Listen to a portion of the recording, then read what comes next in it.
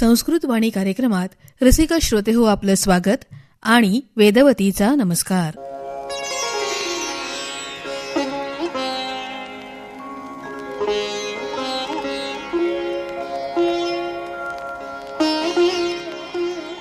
श्रोते हो, आपल्या भारत देशामध्ये विविध भाषा बोलल्या जातात. काही प्रमुख भाषा आहेतच, पण त्याचबरोबर काही बोलीभाषाही आहेत. या सर्व भाषांपैकी संस्कृत भाषेला या सर्व भाषांची जननी असं म्हणतात. प्रत्येक भाषेचं व्याकरण वेगळं, त्यातील अलंकार छंद वेगवेगळे. हे व्याकरण म्हणजे त्या भाषेचा पाया. जसं की मराठीमध्ये आपण अनेक वृत्त शिकतो, भुजंगप्रयात, शार्दूल विक्रीडित, वसंत तिलक, किंवा अलंकारांमध्ये यमक अलंकार, रूपक, उपमा अलंकार यासारखे विविध अलंकार. संस्कृत भाषेतही असे विविध छंद आहेत आणि या छंदांवर आधारित सूक्ती. श्रोतेहो, आजच्या संस्कृत वाणी कार्यक्रमात याच विषयी आपण जाणून घेणार आहोत सौभाग्यवती मानसी महेश पुजारी यांच्याकडून. नमस्कार. आज आपण संस्कृत सूक्तींचा आस्वाद घेणार आहोत. सूक्ती म्हणजे सुउक्ती, म्हणजे चांगले बोलणे. संस्कृत काव्यप्रकारातील मुक्तक काव्यप्रकारात सूक्ती हा शब्द मोडतो. अत्यंत मोजक्या आणि प्रभावी शब्दांमधून अर्थपूर्ण अशी सुभाषिते मांडली जातात. हाच चांगला विचार म्हणजे सूक्ती होय. या सूक्तींमध्ये अत्यंत खोल आणि सार्वत्रिक अर्थ दडलेला असतो. 2 ते 4 ओळींमधून कवी आपले विचार सूक्तींच्या माध्यमातून मांडतो. पहिल्या ओळीचा दुसऱ्या ओळीशी संबंध असतो किंवा नसतोही, पण त्यातून होणारा अर्थबोध मात्र आपल्या जीवनाशी संबंधित असतो. यामध्ये शब्द थोडे पण अर्थ मात्र भरपूर असे दिसून येते. संस्कृत काव्यप्रकारामधील पद्यकाव्यामध्ये मुक्तक काव्यप्रकार येतो. या संस्कृत साहित्यातील सूक्ती या प्रकारामार्फत अनेक बोधपर गोष्टी समाजापर्यंत पोहोचवण्यात येतात. असं म्हणतात की या सूक्तींच्या पठणाने आपले वाक्चातुर्य वाढते. म्हणजेच काय तर, समजा आपण कोणत्या तरी ठिकाणी वक्ता म्हणून जाणार असू आणि आपल्या भाषणामध्ये आपल्या विषयाला सुसंगत असतील अशा संस्कृत सूक्तींचा वापर जर आपण केला तर त्या भाषणाचा खूप चांगला प्रभाव श्रोत्यांवर पडतो. श्रोते आपल्या भाषणाने प्रभावित तर होतातच आणि आपल्याला उत्स्फूर्तपणे दादही देतात. फक्त आपल्या भाषणामध्येच नाही तर लेखनामध्येही संस्कृत सूक्तींचा वापर आपण करू शकतो. याद्वारे आपण प्रभावी आणि समृद्ध विचार सुवचनांच्या माध्यमाने पानांवर उमटवू शकतो. यावरून इथे मला एक सूक्ती आठवत आहे.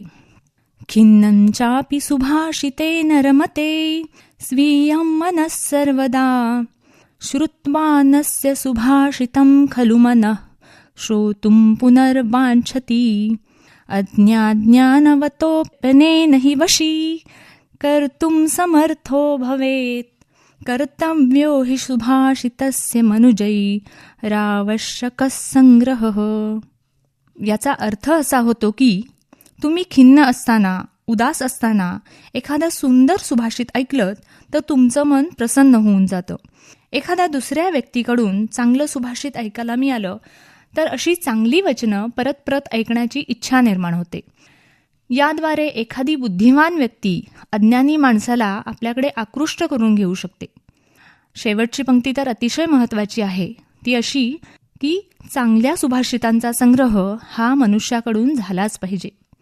किती सुंदर शब्दांमधून सूक्तींचे महत्त्व सांगण्यात आले आहे. या सूक्ती वेगवेगळ्या संस्कृत वृत्तातून किंवा छंदातून लिहिल्या जातात.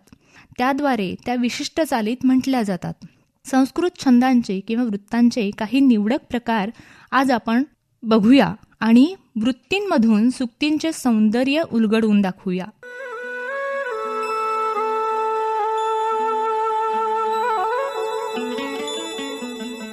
आपल्या सर्वांना रामरक्षा तर माहीत आहेच. ही रामरक्षा बुधकौशिक ऋषींनी अनुष्टुप छंदात लिहिली आहे. अनुष्टुप छंदाच्या प्रत्येक चरणात 8 अक्षरे असतात. 4 चरण असतील तर एकूण वर्णसंख्या होते 32. श्लोके षष्ठम गुरुज्ञेयम सर्वत्र लघुपंचमम द्विचतुष्पादयोः ह्रस्वम सप्तमम दीर्घमन्ययोः. हे या अनुष्टुप छंदाचे लक्षण आहे. त्याचा अर्थ असा होतो की ज्या छंदाच्या 4 चरणांमधील 5वा वर्ण ऱ्हस्व आणि 6वा वर्ण हा दीर्घ असतो, तसेच पहिल्या आणि 3ऱ्या चरणांमधील 7वा वर्ण हा दीर्घ आणि 2ऱ्या आणि 4थ्या चरणामधील 7वा वर्ण हा ऱ्हस्व असतो, त्याला अनुष्टुप छंद असे म्हणतात. या अनुष्टुप छंदाची काही उदाहरणे आता आपण ऐकूया. रामरक्षेमधील मनोजवं मारुततुल्य वेगं जितेंद्रियं बुद्धिमतां वरिष्ठं वातात्मजं वानरयूथमुख्यं श्रीरामदूतं शरणं प्रपद्ये. श्रीमद भगवद्गीतेतील एक उदाहरण आपण पाहू. यदा यदा हि धर्मस्य ग्लानिर्भवति भारत अभ्युत्थानमधर्मस्य तदात्मानं सृजाम्यहम्. पंचतंत्रामधील एक उदाहरण आपण बघू. आत्मनो मुखदोषेण बध्यन्ते शुकसारिकाः बकास्तत्र न बध्यन्ते मौनं सर्वार्थसाधनम्. संस्कृत साहित्यातील अशी बरीच काव्ये आहेत जी अनुष्टुप छंदामध्ये रचली गेली आहेत. संस्कृत छंदशास्त्रामधील आणखी एक लोकप्रिय छंद म्हणजे शार्दूल विक्रीडित छंद होय. या छंदाच्या प्रत्येक चरणात 19 अक्षरे असतात. एकूण 4 चरणांचे मिळून 76 अक्षरे होतात. या छंदातील प्रत्येक चरणाच्या 12व्या आणि 7व्या अक्षरावर थांबायचे असते. सूर्याश्वर्यदिमः सजौ सततगाः शार्दूल विक्रीडितम्. सूर्य 12 आणि अश्व 7 यांच्या संयोगाने एकूण वर्णसंख्या होते 19. तो छंद म्हणजे शार्दूल विक्रीडित होय. आता या शार्दूल विक्रीडित छंदाची काही उदाहरणे आपण पाहूया.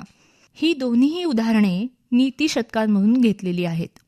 विद्यानाम नरस्य रूपमधिकं प्रच्छन्न गुप्तं धनं विद्या भोगकरी यशस्सुखकरी विद्या गुरूणां गुरुः विद्या बंधुजनो विदेशगमने विद्या परं दैवतं विद्या राजसु पूजते न तु धनं विद्या विहीनः पशुः.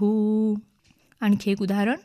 केयूराणि न भूषयन्ति पुरुषं हारान चंद्रोज्ज्वला न स्नानन्न विलेपनन्न कुसुमं नालंकृता मूर्धजाः वाण्येका समलंकरोति पुरुषं या संस्कृता धार्यते क्षीयन्ते खलु भूषणानि सततं वाग्भूषणं भूषणम्.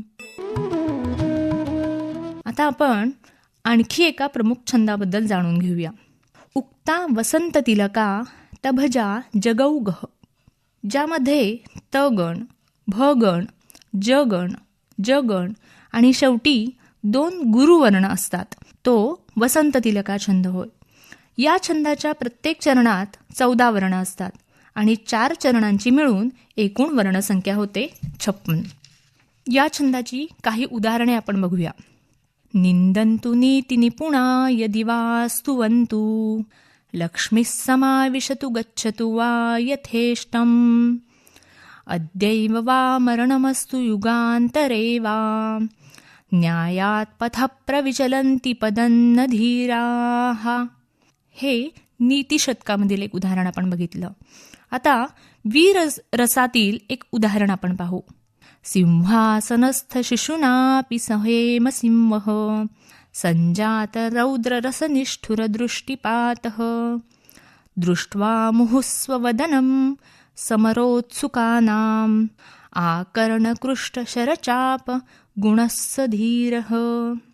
संस्कृत साहित्यातील छंदांमध्ये आपल्याला काव्याची लय दिसून येते आणि त्यामुळेच अवघड संस्कृत श्लोक पाठ करणे आणि लक्षात ठेवणे हे अत्यंत सोपे झाले आहे. आता आपण मालिनी या छंदाविषयी जाणून घेऊया.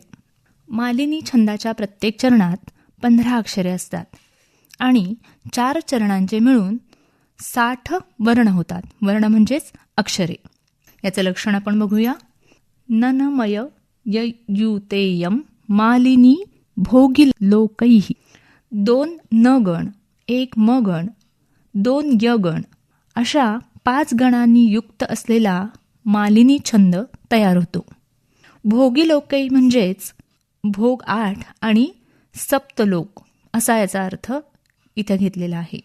मालिनी छंदात 8व्या वर्णावर आणि 7व्या वर्णावर यती होते. यती होते म्हणजेच इथे उदाहरण सांगताना 8 शब्द झाले की थांबायचे आणि मग 7व्या शब्दावर थांबायचे. या मालिनी छंदाची आपण काही उदाहरणं बघूया.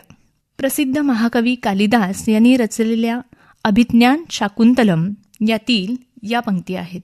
सरसिजमनुविद्धं शैवलेनापि रम्यं मलिनमपि हिमांशोर्लक्ष्मलक्ष्मीं तनोति इयमधिकमनोज्ञा वल्कनेनापि तन्वी किमवहि मधुराणां मंडनं नाकृतीनां. आणखी एक आपण उदाहरण बघूया. वयमिह परितुष्टा वल्कलैस्त्वं दुकुलैः सम इह परितोषो निर्विशेषो विशेषः सच भवति संतुष्टो यस्य तृष्णा प्रभूता पुरुषमपि स एव ईश्वरं मुञ्चतीति. आता शिकरणी छंदाविषयी आपण चर्चा करू. शिकरणी छंदात प्रत्येक चरणात 17 वर्ण असतात आणि एकूण 4 चरणांचे मिळून 68 वर्ण तयार होतात. याचं लक्षण आपण बघूया. रसई रुद्रैक शिघ्ना यमन सबला गस शिखरिणी.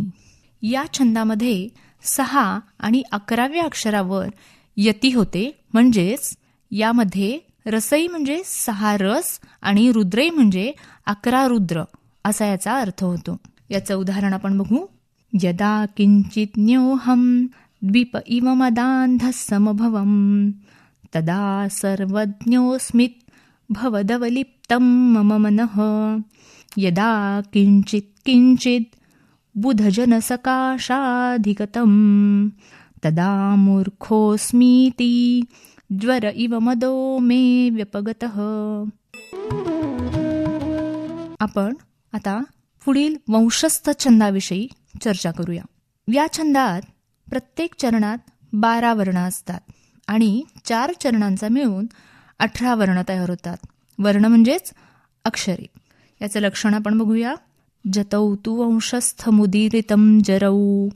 म्हणजेच यामध्ये ज गण, त गण, ज गण आणि र गण ज्या छंदात असतो त्याला वंशस्थ छंद असे म्हटले जाते. याचं उदाहरण आपण बघू. प्रसिद्ध महाकवी कालिदास यांनी रचलेल्या कुमार संभवम यातील एक प्रसिद्ध उदाहरण इथं आपण ऐकूया. विकार हेतौ सति विक्रियन्ते येषां न चेतासि स एव धीराः. आणखी दुसरं एक उदाहरण बघूया. भवन्ति नम्रास्तरवफलोद्गमैः नवामुभिर्भूरि विलम्बिनो घनाः अनुद्धताः सत्पुरुषाः समृद्धिभिः स्वभाव एष परोपकारिणाम्. आपण आज पाहिलेल्या प्रत्येक छंदाची रचना एका विशिष्ट लयीमध्ये करण्यात आली आहे. लयबद्ध स्वरांमुळे श्लोकांचा प्रभाव हा अधिक ठळकपणे दिसून येतो आणि त्याचे आपल्या मनावर सकारात्मक परिणामही दिसून येतात. संस्कृत भाषा ही व्याकरणशुद्ध आणि तर्कसंगत अशी भाषा आहे. या संस्कृत छंदामधील स्तोत्रांचे, श्लोकांचे योग्य पद्धतीने पठण केले तर आपली स्मरणशक्ती निश्चितपणे वृद्धिंगत होते.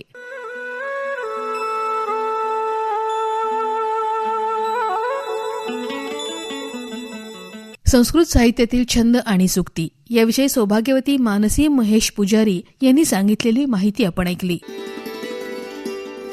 श्रोतेहो, याबरोबरच आजचा संस्कृतवाणी हा कार्यक्रम आता समाप्त करीत आहोत. तेव्हा या कार्यक्रमाचे सादरकर्ते मुक्सित मुजावर यांना आणि मला वेदवतीला आता निरोप द्या. नमस्कार.